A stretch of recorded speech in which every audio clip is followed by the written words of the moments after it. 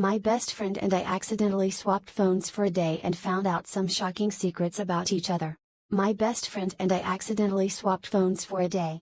At first, it was just a funny mix-up, but as we scrolled through each other's messages, we found out some shocking secrets. I discovered that my friend was secretly dating someone I had a crush on. I also found out that she had been struggling with anxiety and depression, which she had kept hidden from me. In turn, she saw some embarrassing texts I had sent to my crush. Despite the initial shock, we both realized that we needed to communicate more openly with each other.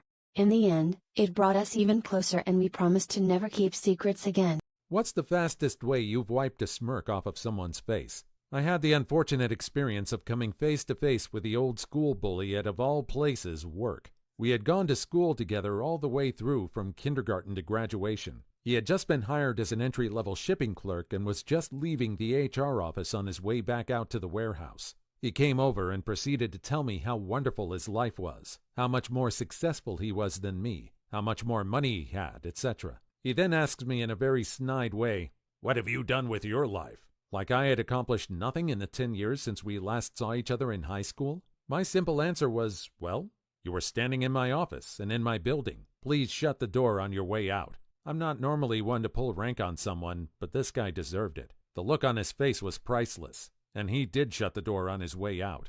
What did you find out about your husband only after you got married? All the time we were together before, I probably would have said I would have liked a little more traditional romance.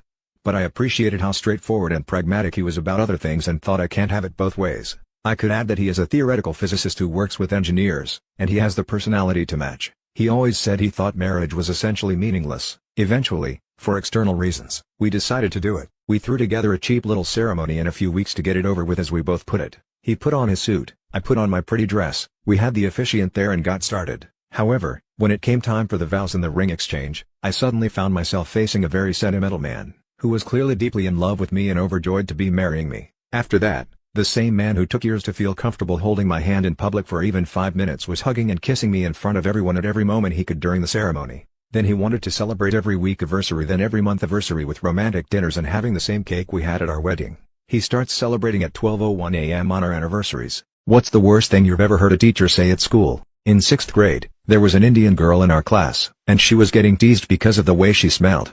She didn't smell bad, she just smelled like Indian food, and our teacher did this thing where she would pull a student into the hall and talk to them either about bullying or being bullied. Well, she took this girl into the hall and had one of her talks with her. The teacher then comes back into class and tells us all that she had a talk with the girl and explained to her that maybe her family could eat their more traditional foods on the weekends and more American foods during the week. I will never forget being 11 to 12 and thinking, is she crazy?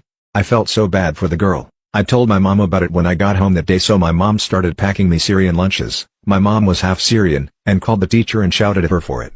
The teacher then apologized to the class and the little girl.